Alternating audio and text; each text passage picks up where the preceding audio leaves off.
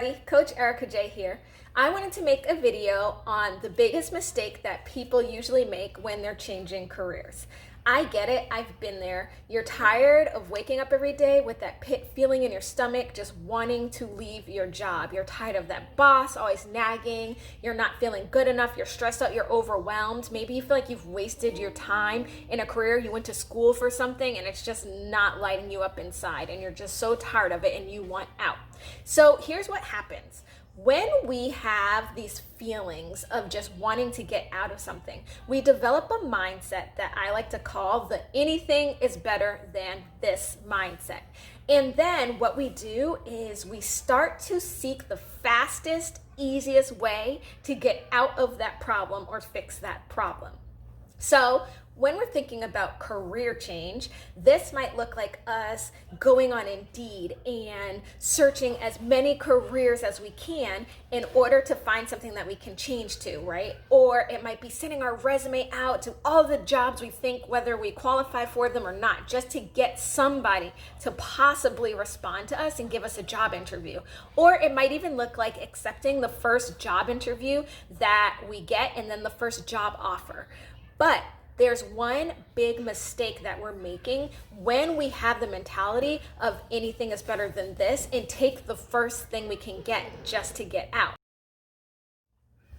And that mistake is when we jump so quickly from one job to another just to get out of our current job and our current situation and escape those current feelings that we just don't want anymore, we jump into the grass is always greener effect. And I know you all have probably heard the grass is always greener on the other side. So let's take a boss example. Your boss is always nagging you, doesn't appreciate the fact that you're turning in your work early, right, before the deadlines, and is always going off on vacations and leaving you behind to do all the work while they're enjoying their life. This is not the life you signed up for. So you find a job and you go for the interview, you have an immediate connection with the person. You're like, I love this person, can't wait to work for them, can't wait for them to be my boss, and you accept the position on the spot. You think, problem solved, right? Wrong. When we don't really think about what we really want in our careers and we jump from one job to another without knowing what it is that we want to keep with the job that we love and what it is that we want to get rid of, we run the risk of the grass is always greener. And really, it's not, right? And so this turns into a big mistake. And it's what I made personally, the biggest mistake I kept making, right? So I deemed myself the chronic career changer. I would be in a job situation, I would hate it. I would jump to a new job, be like, oh, this is gonna be fantastic.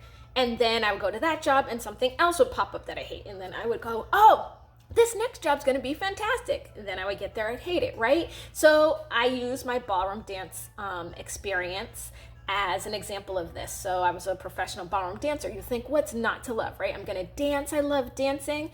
But what I didn't think about was the late night hours, how much my feet were going to hurt, how much I was gonna miss my family when I was traveling. So those are the different things that you don't think about when you're going from one thing. And you also tend to glamorize things, right, that you're not in yet. So I glamorized this idea of me being this ballroom dancer. It was going to be so great, but I wasn't really in the knit and grit of it all and feeling that. And so those feelings of overwhelm and stress manifested again. What I urge you all to do is take the time to stop.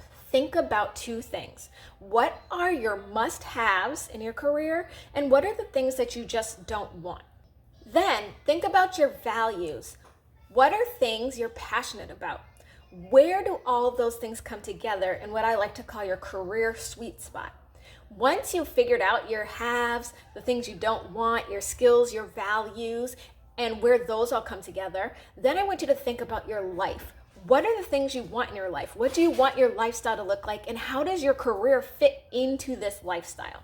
When you find your career sweet spot, that's when you'll find a career that's right for you, a career you'll love, and a career that will leave you feeling fulfilled forever. So remember, take your time, breathe. The grass is not always greener. Stop, think about what you truly want in your career, find your career sweet spot, and then find the career that's perfect for you. I'm Coach Erica J, and I hope this helped.